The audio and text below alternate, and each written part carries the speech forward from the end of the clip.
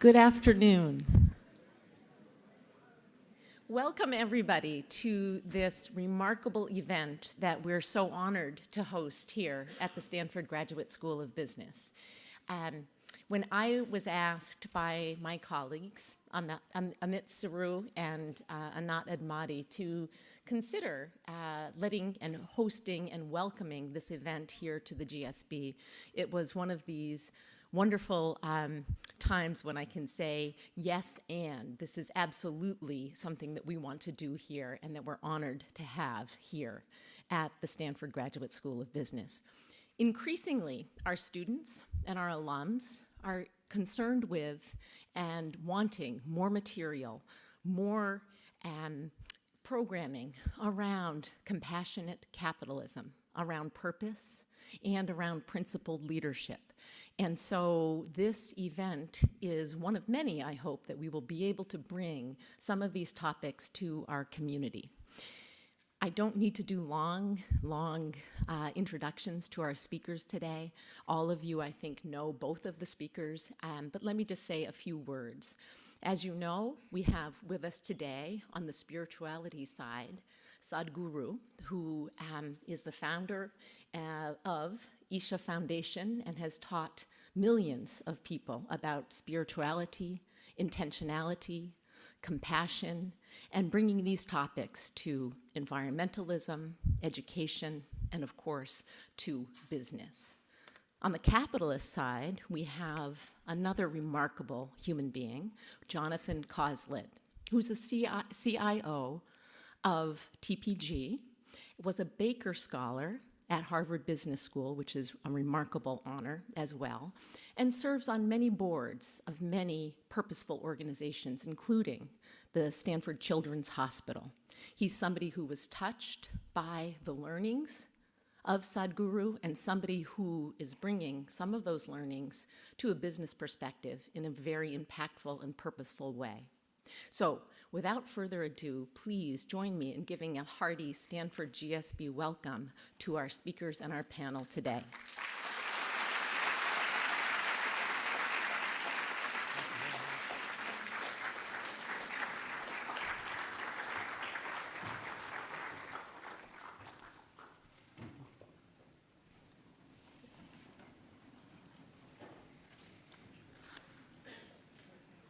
Thank you very much. Good afternoon. Good afternoon. Just a couple more minutes on the end of that introduction for Sadhguru. So I ran into Sadhguru, it's probably been about 5 years or so now, through somewhat of a happenstance type of situation. But getting to know him, I learned that there was a whole nother world of teaching and philosophy that I could bring to bear to my life and to my work and to my children, and it's been quite amazing. And Sadhguru has been a leader for change in the world, change in people's lives now for 35, almost 40 years. And he has traveled around the world quite a lot. There are nearly 10 million volunteers that work for Sadhguru's organization, Isha Group. And at any particular time, Isha Group is focusing on tens and tens of different causes. So for example, just recently, Sadhguru was able to empower and mobilize a few people in India, we'll talk about that in a minute, a few people in India to try to help save the rivers that are slowly but surely going away because of deforestation. So he thought this was a real issue and a real problem that needed to be addressed. So he organized a rally for the rivers where they went from the south of India to the very northern part of India, about 6,000 miles, plus or minus, in a motorcade and with motorcycles and cars, stopping along the way. And he had a few people join him. He had 160 million people join him. And in that 160 million people was a force that ultimately led to a discussion with the government of India, with Prime Minister Modi, and within a very short period of time, the government of India has already enacted most of the presentation and the purpose and the plans that Sadhguru had laid out for trying to save the rivers. So that's just an example of what he has been doing around the world. He's a remarkable man and a great philosopher, a great teacher, a yogi, and also a great friend.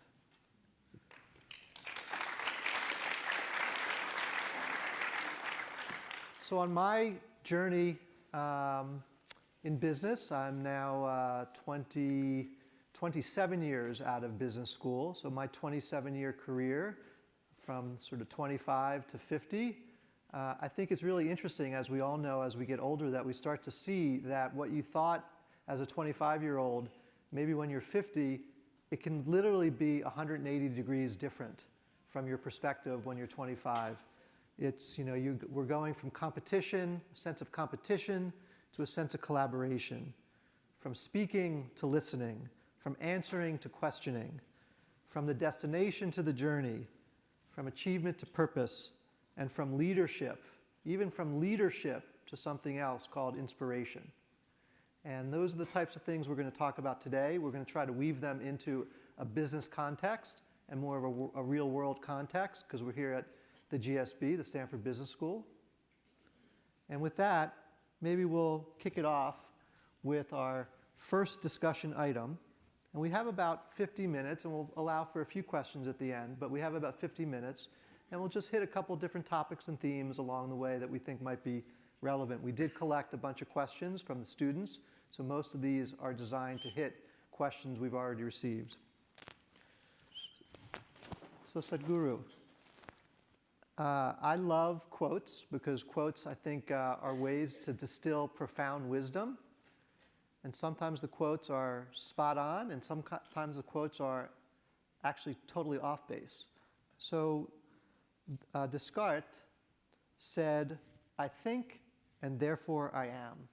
And we're here in the midst of the incredible brain power of Stanford University and Stanford students that have incredible thinking power. When you think about that, and you think about, "I think, and therefore I am," how does that strike you? Namaskar. Good morning to everyone.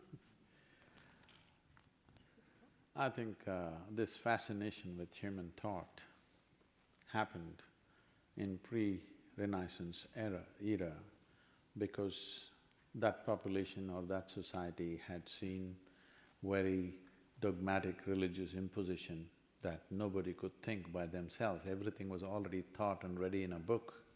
So for the first time, they could think for themselves, breaking loose from the dogmatic oppression. So they felt liberated that they could think for themselves. Since then, I think this European influence has been big and we made too much of our thought. But what our thought is essentially, it's the data that we have already collected. Something that we already know, we bring it out in permutations and combinations of various formats. But essentially, all our thought is coming from the data that we already have. That means no new possibility exists there.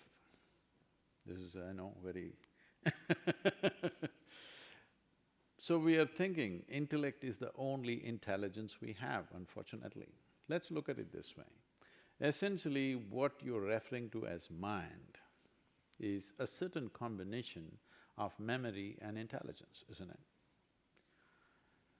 Now, what you remember, what you have studied, what you have acquired, you remember all those things. Human beings have a vivid sense of memory, that's one of our greatest faculties.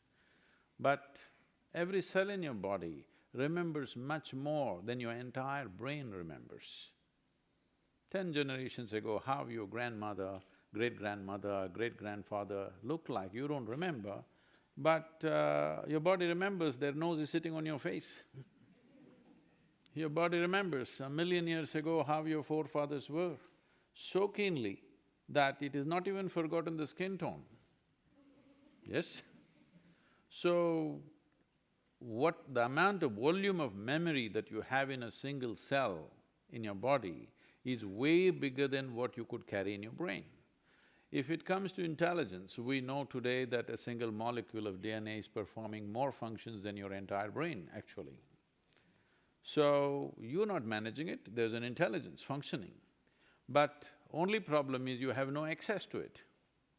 People keep asking me, Sadhguru, how is this that you're constantly doing so many things at the same time? I say, I think with my body, not with my brain. That's why my brain never works and it's silent and quiet. I think with my entire body because there is a way to employ other dimensions of intelligence. Right now, because we are thinking intellectually, this is the consequence of a certain type of education that all of us have gone through. Today, modern education means it's purely intellectual. So whatever you're doing intellectually has to be logically correct. This is why even the science is losing traction and spinning in the same place now, because we are trying to fit everything into our logic. Logic is just a small aspect of our life. It is anything that means a world to you.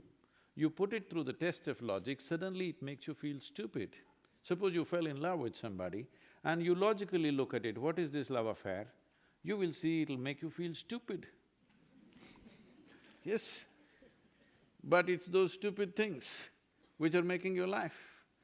So, we have given too much margin for our intellect and not employing other dimensions of intelligence which exist within us.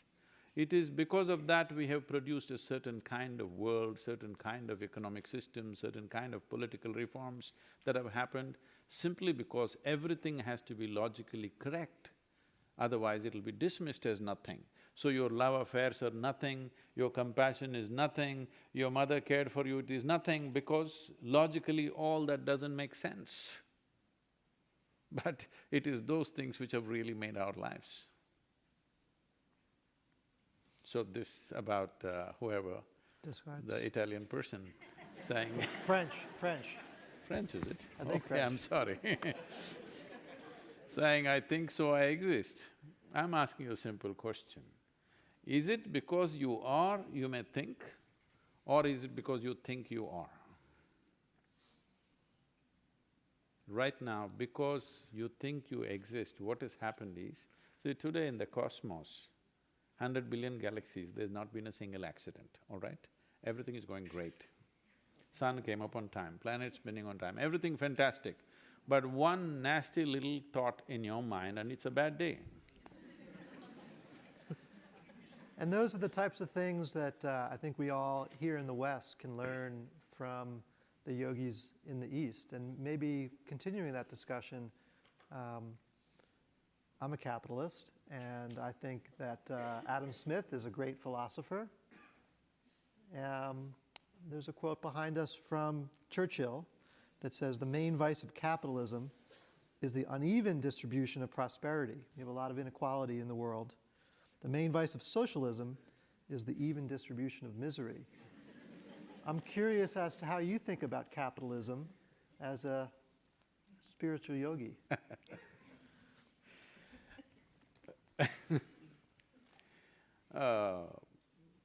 Being a yogi is individual enterprise. It is not a mass-produced product. It is something that one has to do within themselves, so it's very individual. So in a way you can say it's capitalist because you build your own capital within yourself. But capitalism as a system has kind of is obsolete now, because there was a time, let's say 100 years ago, in whole of United States maybe 25 or 50 families held the capital. So they decided everything. So that was called capitalism. Now it's the market which decides everything. So this is a market economy. So this is a far more democratic way of functioning because anybody who has a good idea and is capable of executing that idea, for him there is no dearth for capital anymore. So capital is available for everybody, so there is no capitalism, it is market economy, but market economy needs to evolve further. Right now, wherever I go, people keep referring to India as emerging market. I say, please don't refer to us as marketplace, we're people. So I'm looking at you as a market. I think this is a very rudimentary thought, that we are looking at people as markets. If you look at them as people, you would see how to enhance their life. In that, there would be a proper economy, a more inclusive economy, where everybody is a partner in the economy. Somewhere we think that the customer is market and I'm the economy. I'm producing and supplying, so I'm the economy, you're just a victim. Generally a victim. So there is another way, I think the future is coming there, that the customer of even a small product can be a participant or a partner in the company. See, if you have 10,000 partners in this town, your business just cannot fail. This is the firmest way to stand. Suppose you have 1 billion partners across the planet, your business just cannot fail, it's perpetual. Right now you have victims. When they realize they've been victimized, you're gonna get it.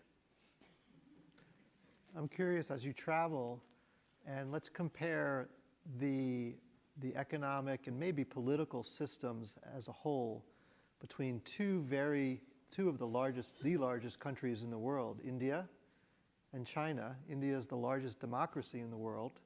China is the largest communist system in the world.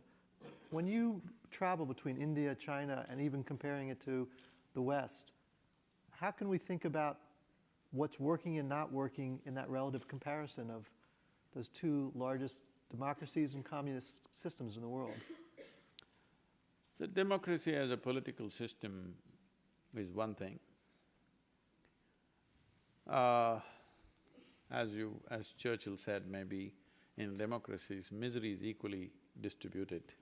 When things have to be done, it gets slowed down inordinately simply because you have to convince everybody involved, and not everybody gets the point. By the time they get the point, the time has passed many times. So this problem is there. But the most beautiful aspect of democracy is, not always is it right, most of the time it gets itself wrong. In spite of that, the best thing about democracy is, this is the first time in the history of humanity that we can change power without bloodshed. That's the most important thing, we should never forget this. Otherwise, even within a family, if power had to change, there was bloodletting. Nations, major nations are changing power without a drop of blood. That is the first time in the last in the last 10,000 years. It is only in the last 50, 60 years this is happening across the world. So we should not underestimate the value of that, though there are unnecessary impediments in democracy, which goes on, what can be settled in 10 minutes goes on for 10 years of debate. Yes. Like you're talking about, economies which are at different stages of development. If you say United States, it's at a certain stage of development. If you say Republic of China, it is at a certain stage of development. If you say India, it's another stage of development. I don't think you can handle all the three with the same norms and rules because they are in different age groups. You can't handle a 5-year-old kid and a 15-year-old youth and a 25-year-old adult the same way. So, they are in different stages. They need to be nurtured and handled in different ways. China is a great example where in a forceful manner, in a very forceful manner, almost in a brutal manner, they have taken out 1 billion people out of poverty in a matter of 40 years. That's not a small thing. People focus on brutality, but the most brutal thing is to keep a whole population a lifetime of poverty is the most brutal thing. Shooting somebody is not so brutal compared to keeping them in poverty for a whole lifetime or generations of people. Generations of people were in extreme poverty, so to move them out forcefully, it was taken out of that. I think now they're making the necessary changes, maybe the world expects faster changes, but they're making the necessary changes of shifting from a communist and forceful way of handling things to a more market-oriented way of handling. I think it's a very wise thing to do. There is no perfect way to do these things. Nobody knows what is the perfect way when 1 billion people are involved in the economy. India is doing it the hard way, but in a more stable way, I would say, because when it happens forcefully, it is easy to use force on people when they're very poor. When people are poor, stick works. When they become affluent, the stick won't work, they will turn around and bite. That time will come for China. Before that, they must change themselves. I think they're moving in that direction. Are they moving rapidly enough or not is only something we have to see how it happens. But India is going the hard way in a democratic way. Democratic way means we are constantly confused about everything. Yes, that's what democracy means. Because for everything 100 people are involved. What can be done by one man can just take a decision, but 100 people are involved. It looks like a confusion, it is a confusion, but it's a more stable way of growing because people are involved in this. Like in China, there may be one leader or maybe 5 people ruling the country. In India, there are 1 billion people ruling the country. In everything, everybody is on. This leads to lot of impediments and confusion. At the same time, it creates a very solid base. It creates such a solid base, it doesn't matter what happens to world's economy, you will see India is always going at its own pace, simply because everybody is involved at some level. So, these are two very drastically different ways of developing an economy. I don't think you can do what China has done in India. Indians are… if there are 3 people, there will be 5 opinions. So, you can't manage us like that, we're little… Well, it feels So like… people were asking me, Sadhguru, what do you think about India's trajectory? We're like, I was very closely involved with wild bees at one time when I was young. So I said, we're like a swarm of bees. We are buzzing and seem to be going in all kinds of directions, but the whole swarm is heading in one direction. But each one of them is doing their own thing. Progress, there's a lot of progress. It feels like the pace of change in the world is so fast. There's incredible progress. We're here in the heart of part of the world that prides itself on change and disruption and progress and innovation. What are some of the things that we're not thinking about or we're not talking about with all this progress in terms of some of the implications? See, we're getting too carried away with economy. Today, anywhere you go, even if you go to your grandmother's place, you discuss economy. Hello? Even your grandmother is talking about economy. Economy, we must understand, is just an organized way of handling our survival. We should not raise it to heavens. That's not how it is. But the entire world has taken to this today. Everybody… there are WhatsApp economists in India who are oh, you don't use that platform much here, whatever. I mean, there are social media economists who are advising on a daily basis what should happen to the world, all this stuff. Leaving that aside, first time when I went to the World Economic Forum, a computer manufacturing company, that was the second largest company at that time. So, people were almost resentful as to why I am there. What is a mystic doing in an economic forum? So this person came up to me and asked something like this. So I said, see, what's your business? He said, we make computers, we're the second largest. Well, 3 months later, the Chinese bought them over.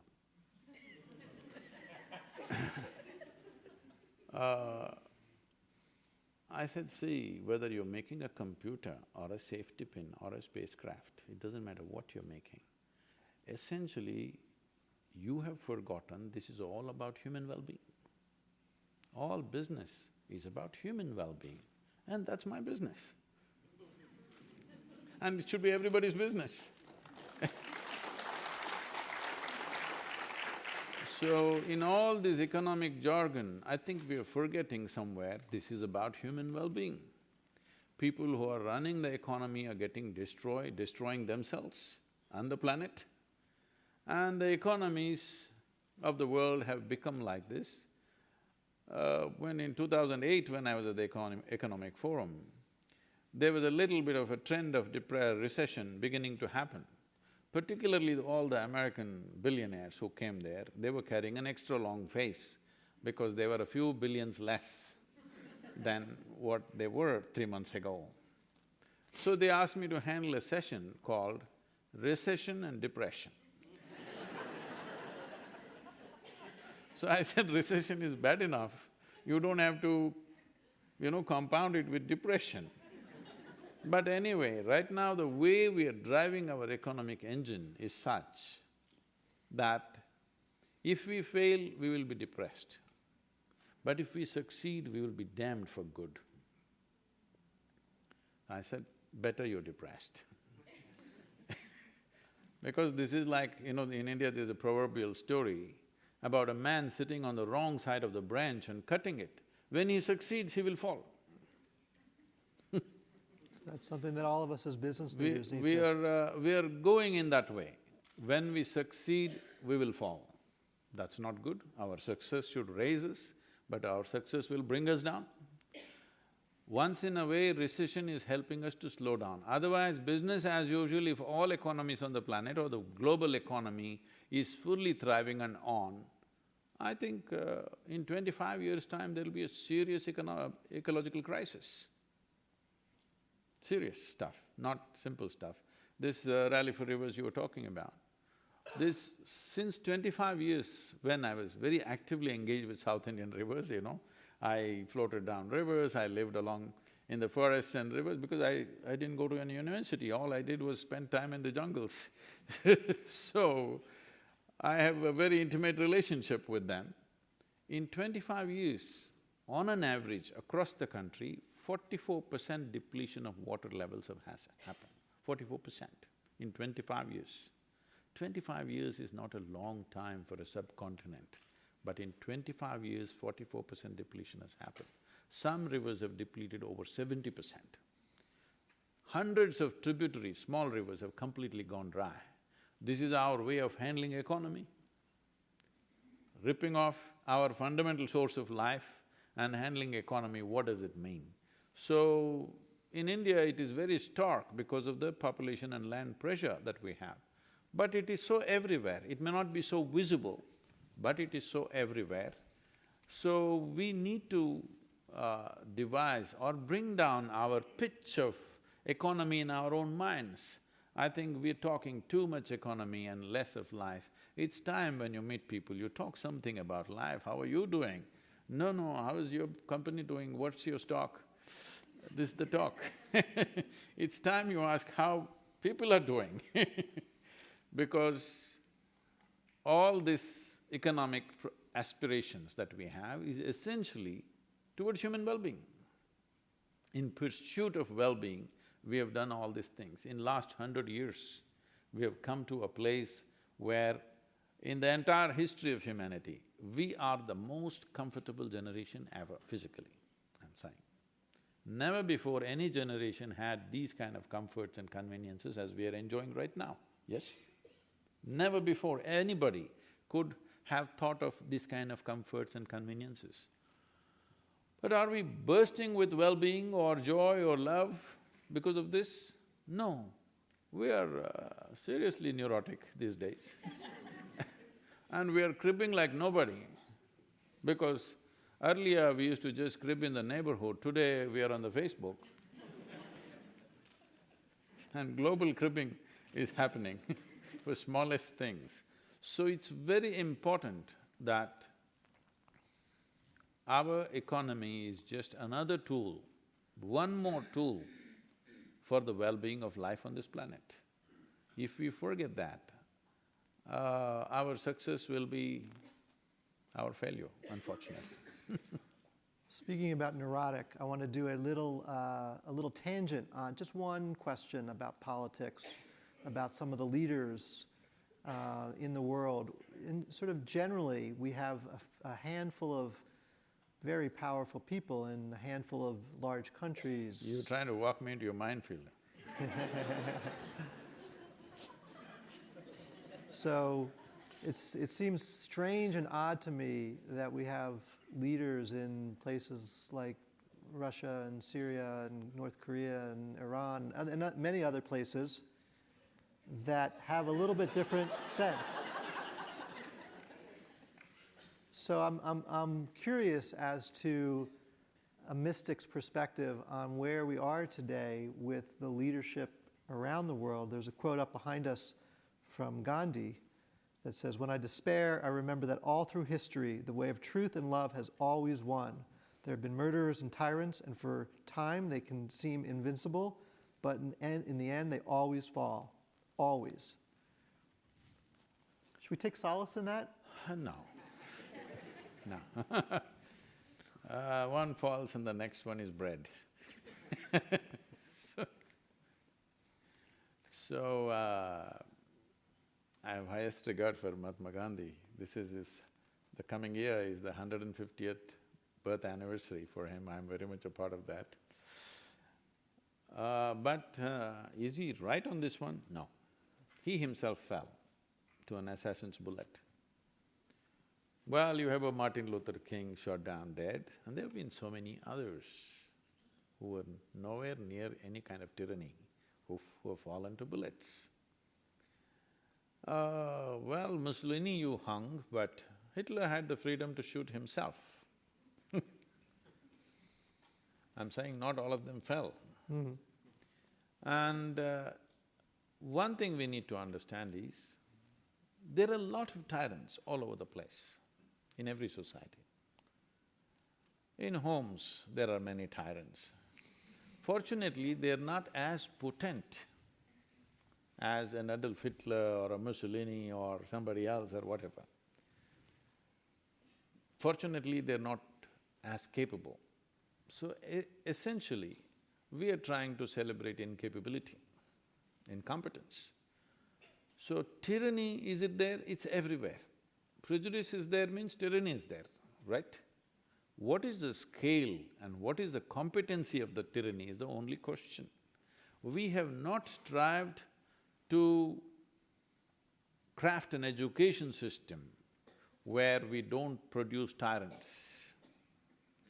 We are producing tyrants. Maybe they're running companies, maybe they just have 3 people in the family and they're doing their tyranny right there. Or maybe they're school teachers, they could be anything. But tyranny is all over the place. Only a few, fortunately, are super competent. They organize themselves into large-scale suffering. Others are not able to organize themselves. I would say we should be able to celebrate competence, because that's the only thing, ultimately. If we want to celebrate competence, we need a more inclusive human being. My competence should not work against you. When is this possible? Only when in some way, in my experience, you're a part of myself. So we need to bring this into every structure. When I initially said, unfortunately our education is too intellect-oriented, we must understand what is the nature of the intellect. Intellect, if I ask you, would you like to have a sharp intellect or a dull one, blunt one?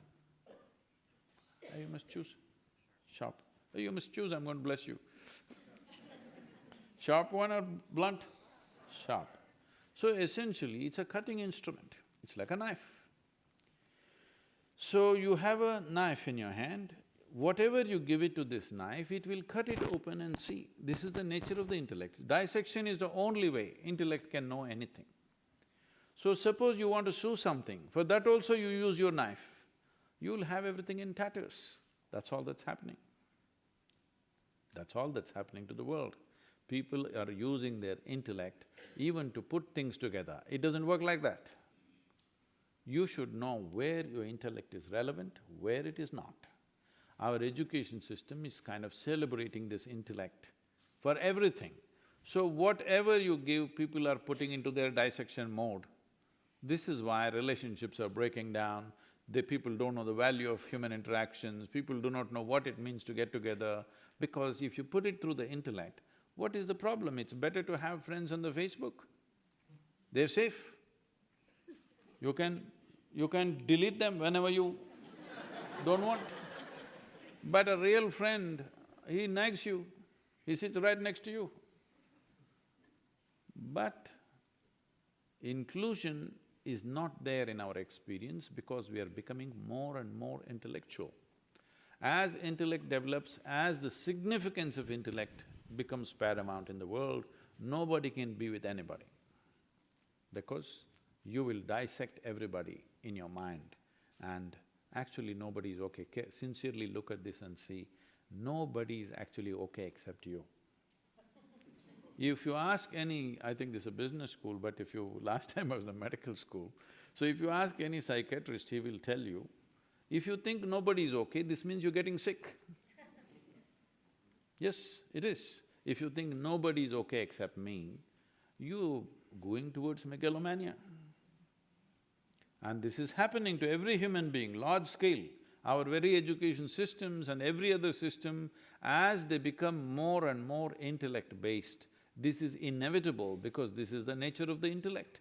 It will not only slice everything, it will cut you into pieces. It will cut you into pieces and you should not be surprised.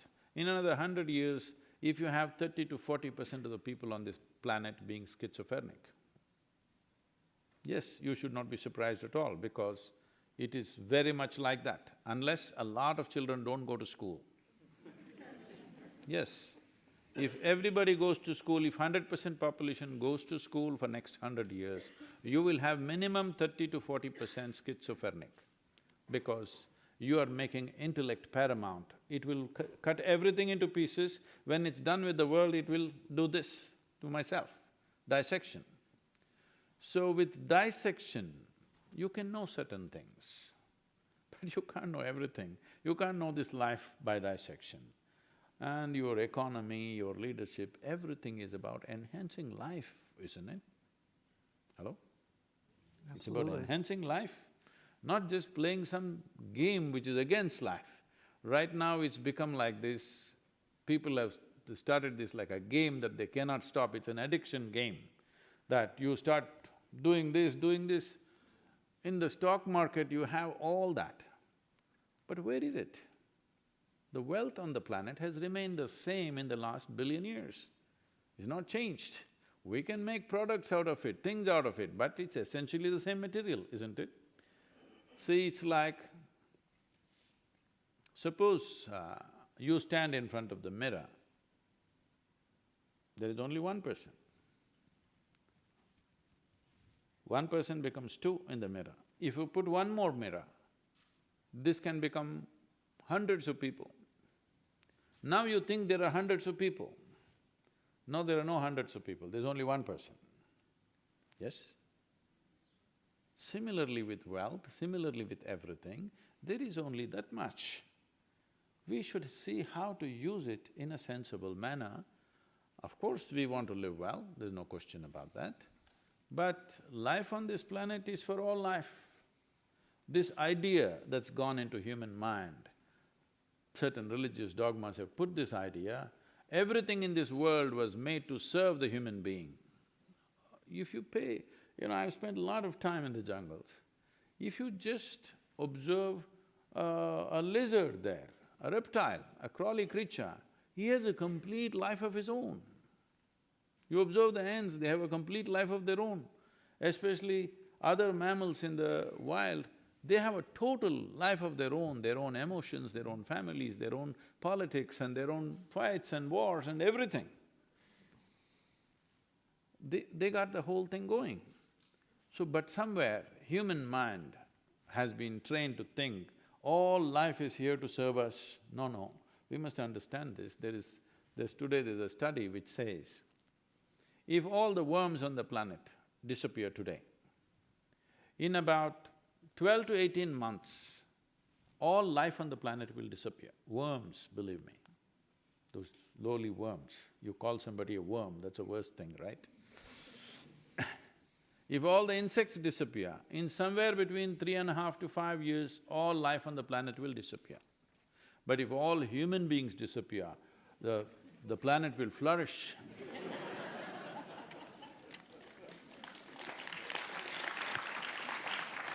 let's relate that to ambition. We're here at a business school where we've got really talented students about to start their career. So relate that to ambition and relate that to the struggle that many people find to define success.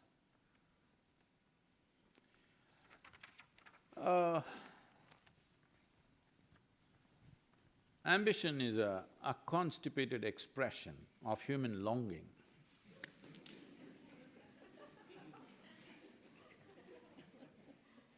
Human longing, if you look at yourself, wherever you are, you want to be something more, isn't it so? Hello? Are we in talking terms?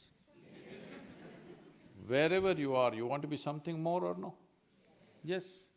What more? It depends what you're exposed to. If you know money, you're thinking more money. If you know wealth, more wealth. Knowledge, more knowledge. Love, more love. Pleasure, more pleasure. Whatever you know, whatever may be your currency, but you would like to be something more. If that more happens right now, you want something more. If that happens, you want something more. So what is it that you're looking for? You're looking for a limitless expansion. If you're looking for limitless expansion, what is your means? See, it's like this. You want to go to India. You think your Tesla will take it? No, I have nothing against the electric car. But I'm saying, you won't even reach Los Angeles, your battery will run out. Now if you want to go to India, if not an airplane, at least you must have a craft which is capable of navigating the oceans, isn't it? So similarly, if you're looking for infinite expansion, what is the means? The means that you have right now is all physical in nature, in the sense, everything that you know as life is only by seeing, hearing, smelling, tasting and touching, the five sense organs. You cannot see, hear, smell, touch or taste anything that's not physical. So in your entire perception of life, you're only seeing, hearing, smelling, tasting and touching physical dimensions of existence. When we say physical, physical exists always because of a defined boundary. Without a defined boundary, there is no physical nature. But now, you want a boundless expansion. Through physical nature, if you try to become boundless, it's like you're trying to drive Tesla to India. No, you cannot. You need an appropriate vehicle for that. So that vehicle is now the most corrupted word on the planet called spirituality. Spirituality does not mean religion, spirituality does not mean looking up or looking down. Spirituality means you want to touch a dimension beyond your physical nature. Because if you have little awareness, you know that physical about you was accumulated over a period of time. Yes? Hello? You are not born like this, right? It is accumulated. What you accumulate can be yours, it can never ever be you. You can pick up as much as you want if you have the ability to carry, but when time comes, you'll have to shed it. This is just a piece of the planet, what you're carrying. Before you and me came, countless number of people have walked this planet. Where are they? They're all topsoil. This will also become topsoil unless your friends choose to bury you real deep, fearing you may rise from the dead. So, essentially ambition is just the same thing. You want to expand.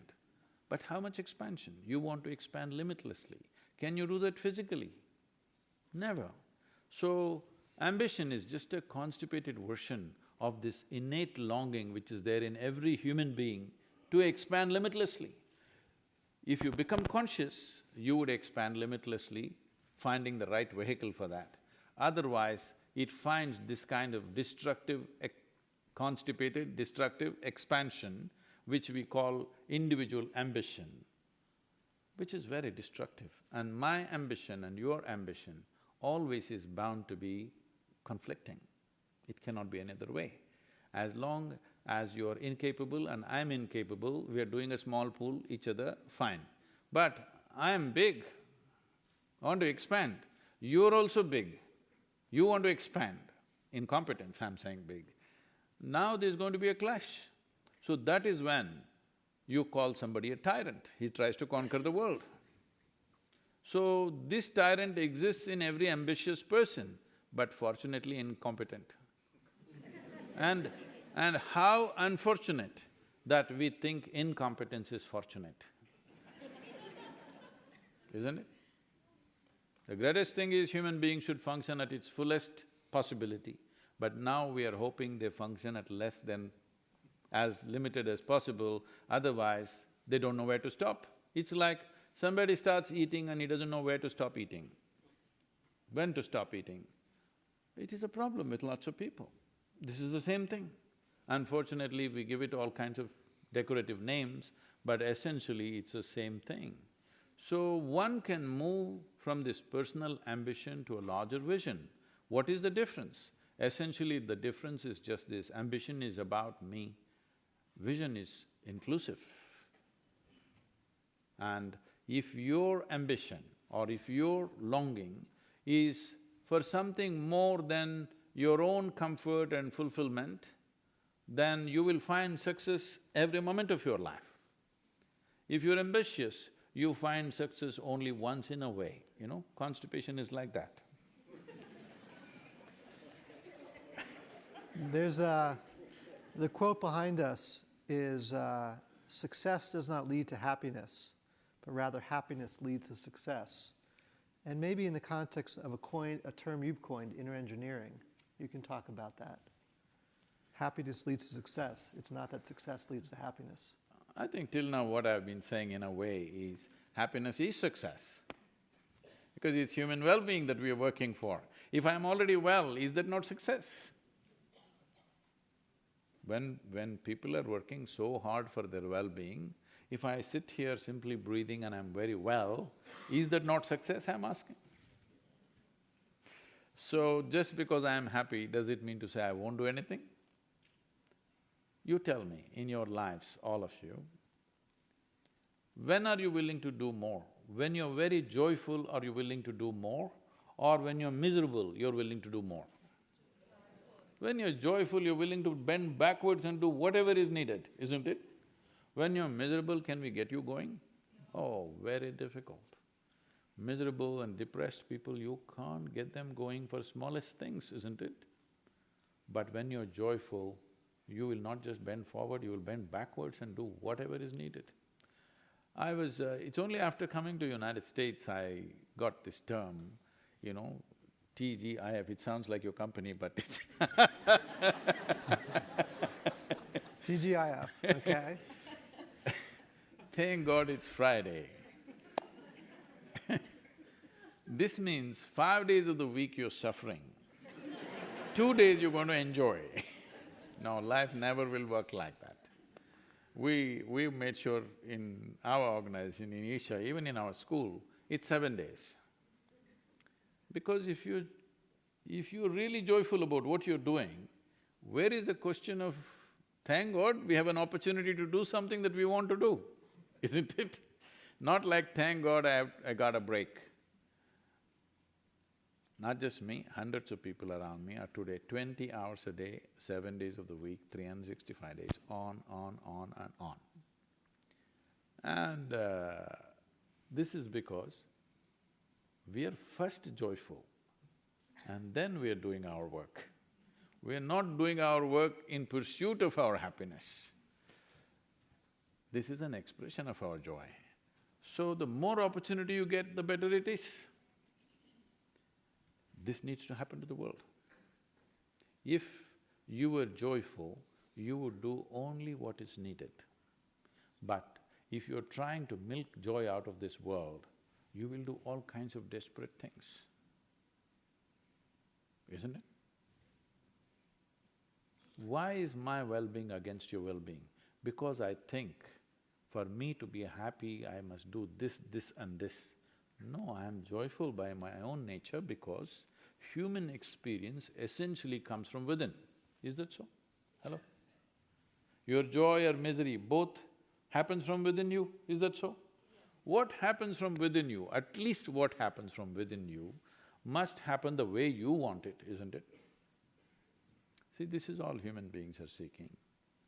They want pleasantness in their life. They want everything to be pleasant. If your body becomes pleasant, we call this health. If it becomes very pleasant, we call it pleasure.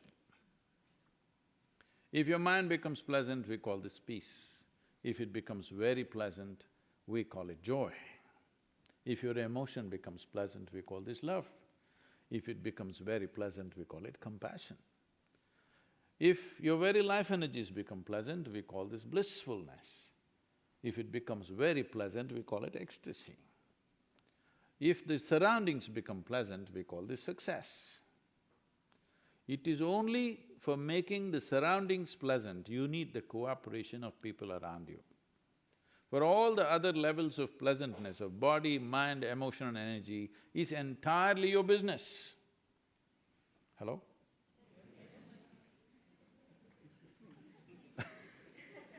Some people say, no, I'm not interested in all this, I want to go to heaven. Why?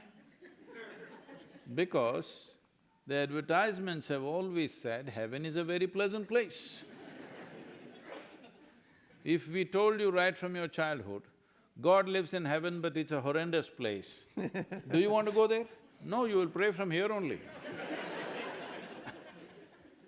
So essentially you're looking for pleasantness, highest possible pleasantness for yourself, isn't it so?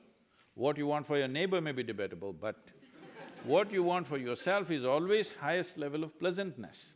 To achieve this pleasantness, we are doing so much circus on the planet. To create a pleasant surroundings, we need some work. But the rest is all internal, isn't it? To keeping body, mind, emotion, energy pleasant is completely internal. So, you need to engineer this in such a way that it is naturally pleasant. There are many ways to look at it. One simple way to look at it is, all human experience has a chemical basis to it. Or in other words, this is a chemical soup. Are you a great soup or a lousy soup? That's all the question is. If you become a great soup, this feels wonderful. If everybody cooperates, we'll create something very wonderful around us. If everybody does not cooperate, you are the pleasant part of the lousy soup.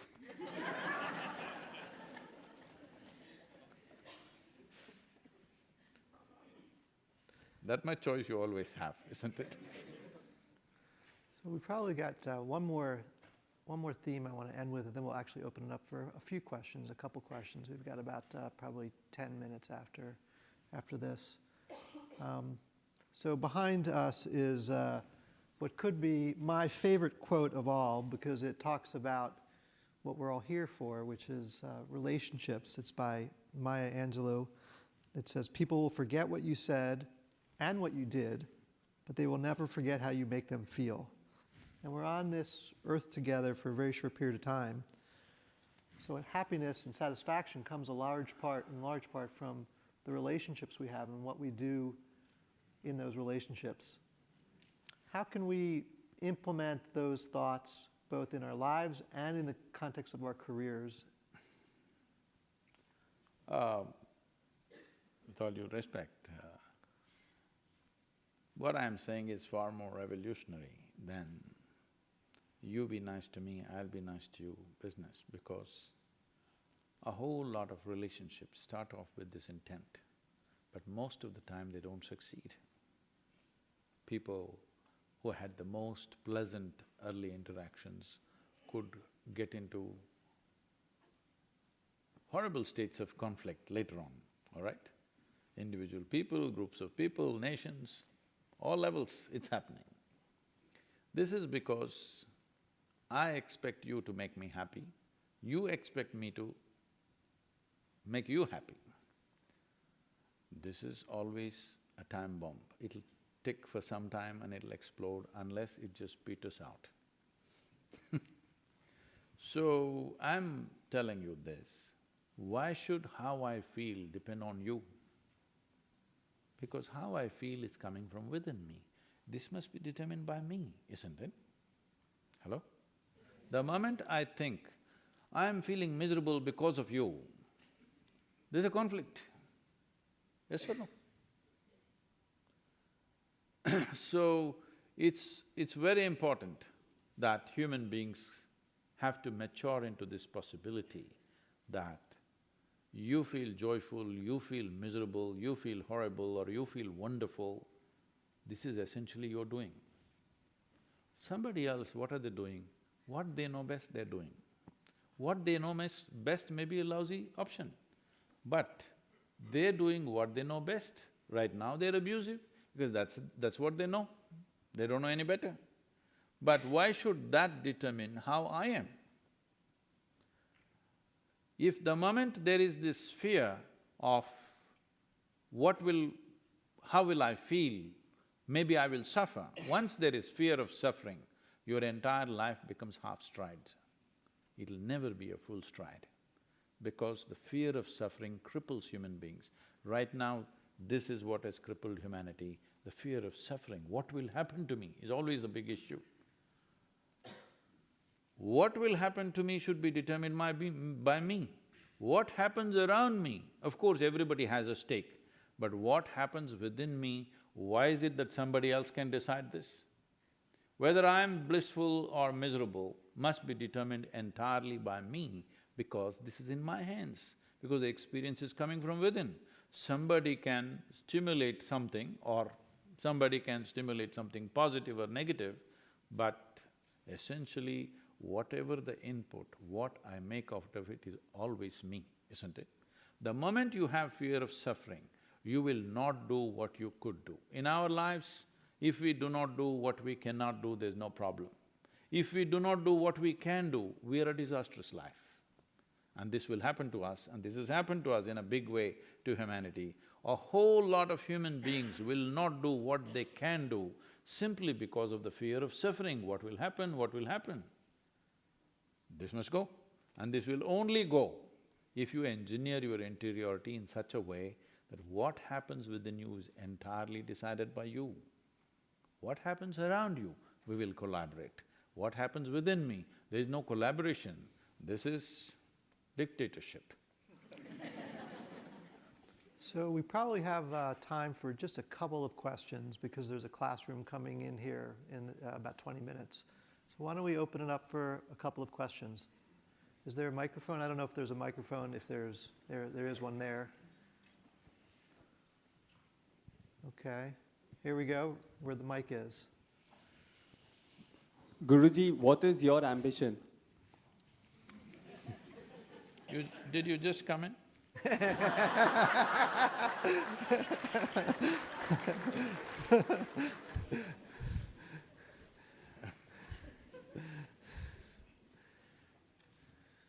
No ambition, I'm just fooling around, that's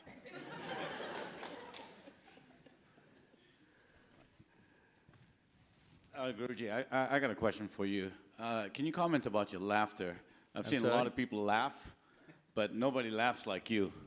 You have such a joyful laugh, it comes from your deep within. Everybody laughs differently, so what's the problem with that? See, these days, these kind of things are going on. A pathetic kind of yoga is going on. People call this laughing yoga, okay? Both of us stand in front of each other and say, you say he he he, I say he he he. This is crazy. See, this is like, you understand there must be flowers in the garden. If you want flowers in the garden, you don't buy plastic flowers and fix it there. You have to do something which doesn't look like flowers. You have to handle the soil, you have to handle the manure, water, sunlight. None of them look like flowers, none of them feel like flowers, none of them smell like flowers. But if you handle these things right, flowers will come. So laughter will come not because you have taken a stand, every day I must laugh for… because just recently I was reading somewhere, somebody is advising one American to-do teachers, what are the things you must do? Every day, 10 minutes a day, you must laugh. You will be in the psychiatry department soon. If you are in a certain state of pleasantness within you, without knowing why, a smile will spread on your face. With very little tickle, you will laugh. So, laughter is a consequence. don't try to create the consequence. You work this process, the source. This is the… okay, this ambition can be handled like this. The young man is asking about ambition. See, ambition means you are interested in the result. Recently, when we did this business event in India, so they all came to our yoga center, which is spread over 400 acres and 4,000 plus people are living there and lot of things happening, variety of activity. All are volunteers, nobody is paid for, nobody is trained for the job and you can't fire anybody because they're volunteers. Look at my troubles. So they looked at this and said, these are all top companies in India, and they said, how do you run this place with such efficiency? We take the best people from management schools, we cannot run it like this. What is the secret of this management? I said, see, this is all. We are devotees, not devotees of some god. We are devotees of the process that we have taken on. We are devoted to the process, not to the result. Because we are so devoted to the simple process that we are doing, everything looks phenomenal and there are results. Result is a consequence. You are only interested in the flower, not in the root. You think you're going to have a flower? So, whether it is joy or success is a consequence. We are too focused on the consequence. You need to be devoted to the process. I think the most important question, our last question, will come from this young lady. Hey, don't ask me difficult questions. I don't mean to be rude, but everybody has a limited amount on this life, but if you are trying to teach everyone something, then everyone's gonna pass away soon, so what's the point? Oh, existentialism, uh-oh. Whew, that's another hour. Oh. And this is from the youngest, All right, that's a tough one, Mr. Guru. So, if we are trying to teach something which is going to take a long time, let's say, I want to teach you something which will take 1,000 years, then your question is relevant. I'm talking about not teaching you something, just opening up a dimension within you which is naturally in a certain way. Is it true? What did you have for breakfast? What's your name? Huh? Arna. Aruna? Agna. Okay. What did you have for breakfast? Bagel. Bagel. Okay. So you eat a bagel. Does a bagel look like you? No. So you eat this bagel, right now this work is going on, the bagel is becoming a little girl. Yes or no? So is there an intelligence within you which is capable of turning bagel into a human being? You have.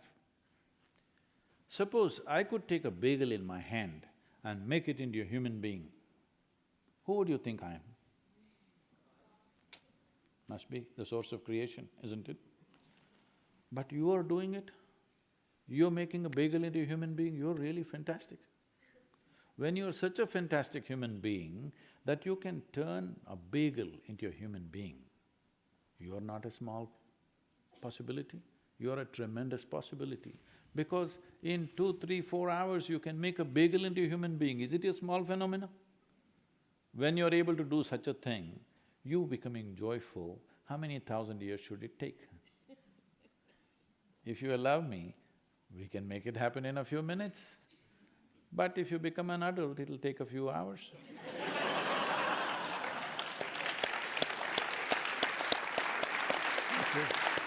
Thank you guys very much. Thank you very much. Maybe again next year.